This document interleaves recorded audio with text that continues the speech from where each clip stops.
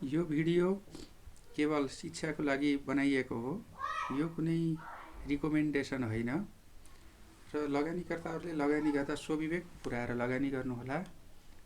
नमस्कार साथीहरू, म नारायण आचार्य। हजुरलाई यो शेयर आचार्य च्यानलमा स्वागत छ। साथीहरू, आज म हजुरलाई यो फन्डामेन्टल एनालाइसिसमा ब्यालेन्स सिट कसरी हेर्ने भन्ने म हजुरलाई सिकाउन गइरहेको छु। र मैले पहिला हजुरलाई यो ब्यालेन्स सिटको सुरुदेखिको चाहिँ यो ब्यालेन्स सिट कसरी बन्छ भन्नेमा मैले एउटा यो भिडियो बनाएको छु, यो हेरिदिनु होला। र पछि म फेरि कुनै एउटा वित्तीय संस्थाको क्वार्टरली रिपोर्ट अनुसार त्यो हेर्न सिकाउने छु। र अहिले म सुरुमा मानौँ कुनै सुरुमा म कुनै एउटा कम्पनीको मैले एउटा ब्यालेन्स सिट बनाएको छु। हेर्नु होला। हजुरलाई यो बुझाउनको लागि ब्यालेन्स सिटको भनेको के हो र कन्सेप्ट के हो र कसरी बन्छ भन्ने बुझाउनको लागि मात्र यो बनाएको हो। र अब हामीले सुरुमा हेर्नुहोस्, कुनै कम्पनीले लगानी गर्दा, जस्तो मान्नुहोस् एक दुईजना पार्टनर या कुनै एकै व्यक्तिले पनि जस्तो कुनै फर्म या कम्पनी खोल्न सक्छ। त्यसको लागि सुरुमा पुँजीको आवश्यकता पर्छ। जस्तो यहाँ पुँजी कतिको छ, यो 10 लाखको उसले पैसा जम्मा गर्यो, पुँजी क्यापिटल भन्छ जसलाई, सेयर क्या जस्तो क्यापिटल भन्यो र नेपालीमा यसलाई पुँजी भनिन्छ। उसले पहिला 10 लाख जम्मा गर्यो कुनै व्यापार सुरु गर्नभन्दा पहिल्यै। र उसले फेरि के गर्यो त्यो 10 लाख मध्येबाट भन्दा 5 लाखको उसले कुनै फर्निचर अथवा अन्य सामानहरू किन्यो। र उसको बाँकी रहेको पैसा फेरि उसले 4 लाख ब्याङ्क खातामा छ उसको। र फेरि नगद पैसा उसँग 1,63,000 उसँग नगद छ। र बाँकी फेरि 77,000को उसँग जो उसले व्यापार लगाएको थियो, सामानहरू किनेको थियो, क्लोजिङ स्टक यहाँ छ। र उसले सन्डिकेटर्स भनेको कुनै पार्टीहरूलाई तिर्नुपर्ने हुन्छ, जसलाई हामीले विभिन्न साहु भनेर भनिन्छ। र त्यो कति छ भन्दा 1 लाख।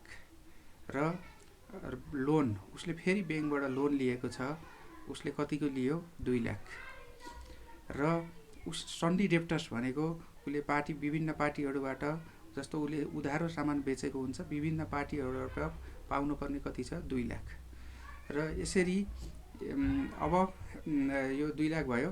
र अब हामीले के बुझौँ भन्दा उसले 10 लाख जुन क्यापिटल जम्मा गर्यो, पुँजी जम्मा गर्यो, र त्यसमध्येबाट उसले के गर्यो भन्दा 7 लाखको सामान किन्यो। यो रिपोर्ट ब्यालेन्स सिट जहिले पनि वर्षको अन्तिममा बन्ने गर्दछ।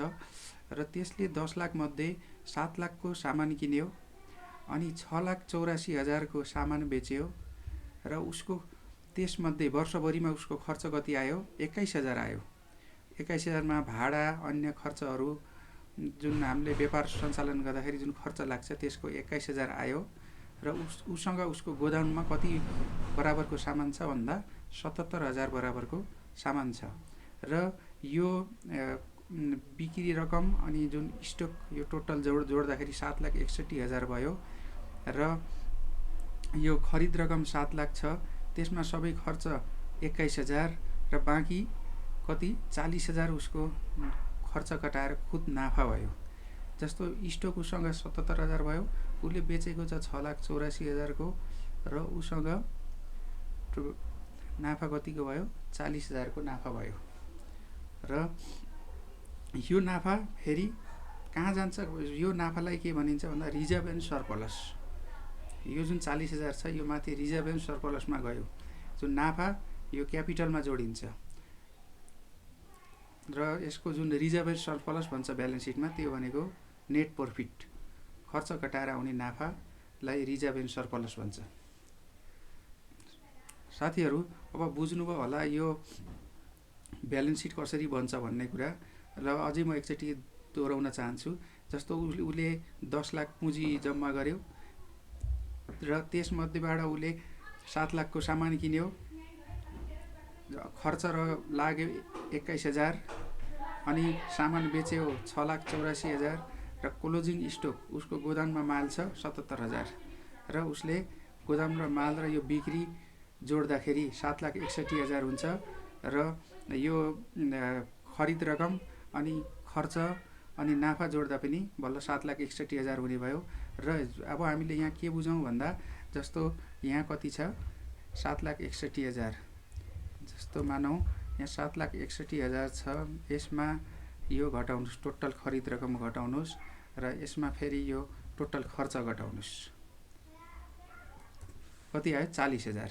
यसरी यो नेट प्रफिट निस्केको हो र यो नेट प्रफिट केमा जान्छ भन्दा यो क्यापिटल एकाउन्टमा जुन रिजर्भ एन्ड सरप्लसमा जाने गर्दछ।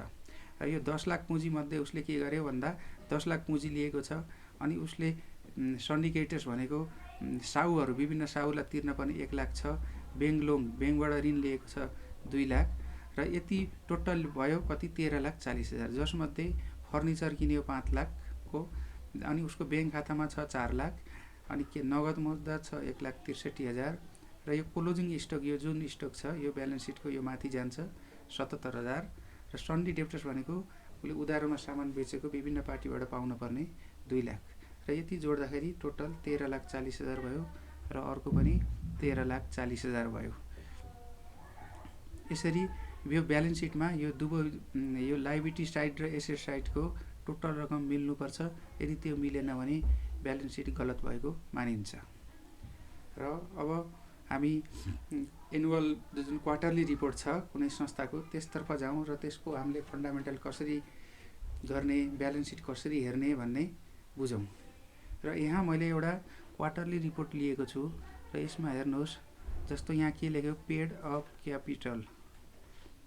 क्यापिटल अघिल्लो करेस्पोन्डेन्स प्रिभियस इयर अघिल्लो जुन पिरियडको उसमा कति थियो भन्दा यो इन 1000 भनेर गरेको छ।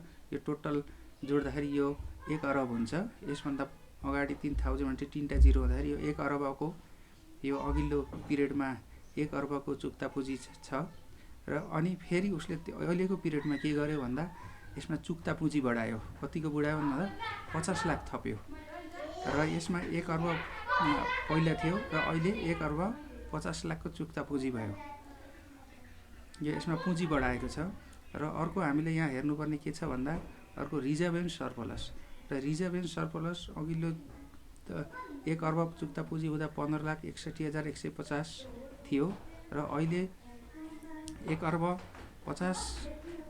50 करोड चुक्ता पुँजी हुँदा र कति छ 15,26,871 र अहिले हामीले यो के बुझ्नुपर्छ भन्दा यत्रो पुँजी बढाउँदाखेरि पनि रिजर्भ एन्ड सरप्लस यति हुनु भनेको यो संस्थाको धेरै राम्रो हो, रिपोर्ट धेरै राम्रो हो।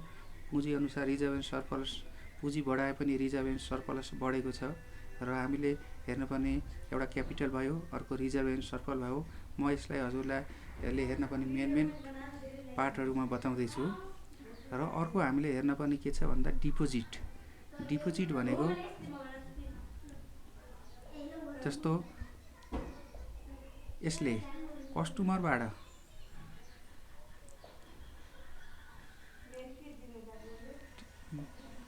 कस्टमरबाट उसले कतिमा जस्तो डिपोजिट उसले कति लियो जस्तो पुँजी बढाए अनुसार 1 अर्ब 50 करोड पुँजी बढाए अनुसार डिपोजिट पनि बढेको छ। अघिल्लो भन्दा यहाँ डिपोजिट बढेको छ, यो पनि राम्रो पक्ष हो। र अर्को भनेको हामीले हेर्नुपर्ने संस्थाको वित्तीय संस्थामा लोन एन्ड एडभान्स र यसले लोन एन्ड एडभान्स भनेको जुन लगानी छ उसले कति गर्यो भनेपछि जस्तो यो यहाँ हेर्नुहुन्छ यो रकम भन्दा यो रकम उसले जुन पुँजी बढाएको छ त्यो अनुसार धेरै छ र यो धेरै भएको राम्रो हो, यो धेरै हुनु पर्यो। र अर्कोमा हामीले हेर्नुपर्ने मेन भनेको यो इन्ट्रेस्ट इन्कम। अब हेर्नुस् इन्ट्रेस्ट इन्कम म यो माथि यो 1000 को अहिले मैले हिसाब नगरिकन म भन्दैछु। जस्तो यहाँ कति छ 16,53,166 यो अघिल्लो वर्षकोमा थियो भने अहिले कति छ 19,89,402 र यो जहिले पनि यो बढी हुन पर्यो। जस्तो यो क्यापिटल यति हुँदाखेरि पनि यो थियो, क्यापिटल बढाउँदाखेरि पनि यसले 19,89,402 यो पनि राम्रै यो पक्ष छ। यो यसले बढाएकै छ, यो बढ्नु पर्यो, क्यापिटल बढे अनुसार यो पनि बढ्नु पर्यो। र यसमा अर्को पार्ट भनेको हामीले हेर्नुपर्ने नेट इन्ट्रेस्ट इन्कम, जसमा इन्ट्रेस्ट इन्कम, इन्ट्रेस्ट एक्सपेन्सेस, यसमा घटाउँदाखेरि यो नेट इन्ट्रेस्ट इन्कम आउँछ र यो अघिल्लो वर्षको तुलनामा यो बढेको छ। यो जति बढ्यो त्यति संस्थाले, कम्पनीले बोनस दिने सम्भावना बढी हुन्छ। र अर्को छ यो fees commission and discount. Fees commission and discount पनि अघिल्लो वर्षको उसमा यो बढेको छ। यो पनि राम्रो पक्ष हो। र अर्को भनेको हामीले हेर्नुपर्ने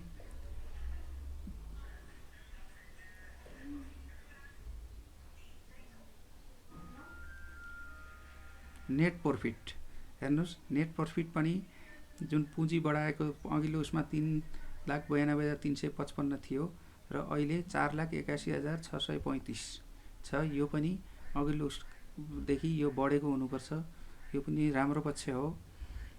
र अर्को पक्षमा हामीले हेर्नुपर्ने मेन यसमा खास गरेर हेर्नुपर्ने भनेको एनपिएल भनेको यसलाई निष्क्रिय कर्जा भन्छ। यो भनेको निष्क्रिय कर्जा हो। यो निष्क्रिय कर्जा जति कम भयो त्यति राम्रो। जस्तो अघिल्लोमा कति छ, 0.23% छ र यहाँ 0.35।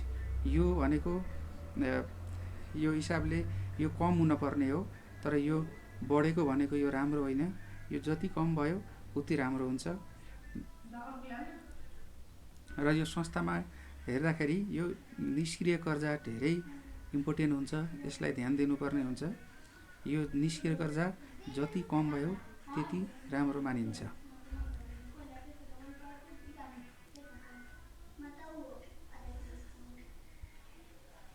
र अर्को छ कस्ट अफ फन्ड।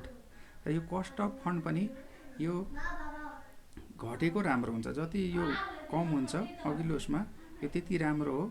र यो संस्थाबाट त्यति लाभांश पाउने चान्स बढी हुन्छ र संस्था धेरै नाफामा हुन्छ, नाफामा जाने सम्भावना हुन्छ।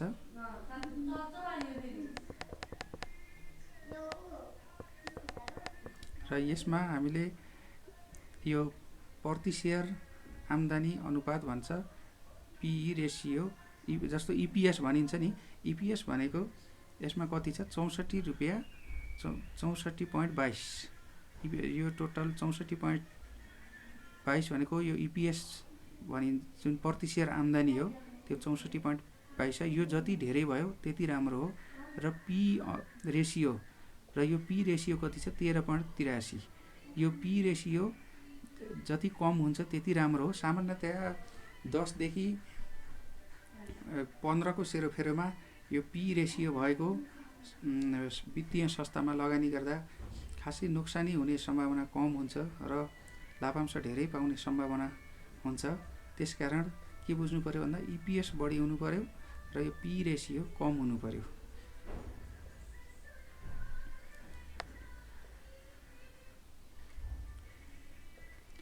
र खास गरेर यो संस्थाको हिसाबले हामीले हेर्ने फन्डामेन्टल यही हो।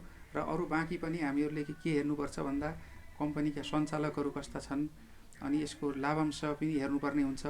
जस्तो अघिल्लो 3 वर्षदेखिको लाभांश पनि बढाउँदै गएको कम्पनी हेर्नु पर्यो। जति अघिल्लोदेखि लाभांश पनि बढ्दै गएको हुन पर्यो र कारोबार पनि बढ्दै गएको हुन पर्यो। नेट प्रॉफिट, नाफा पनि बढ्दै गएको कम्पनी रोज्नु पर्यो। खास गरेर फन्डामेन्टलमा यही हो। र साथीहरू यो च्यानललाई सब्स्क्राइब गरिदिनु होला भन्दै म बिदा हुन्छु। धन्यवाद।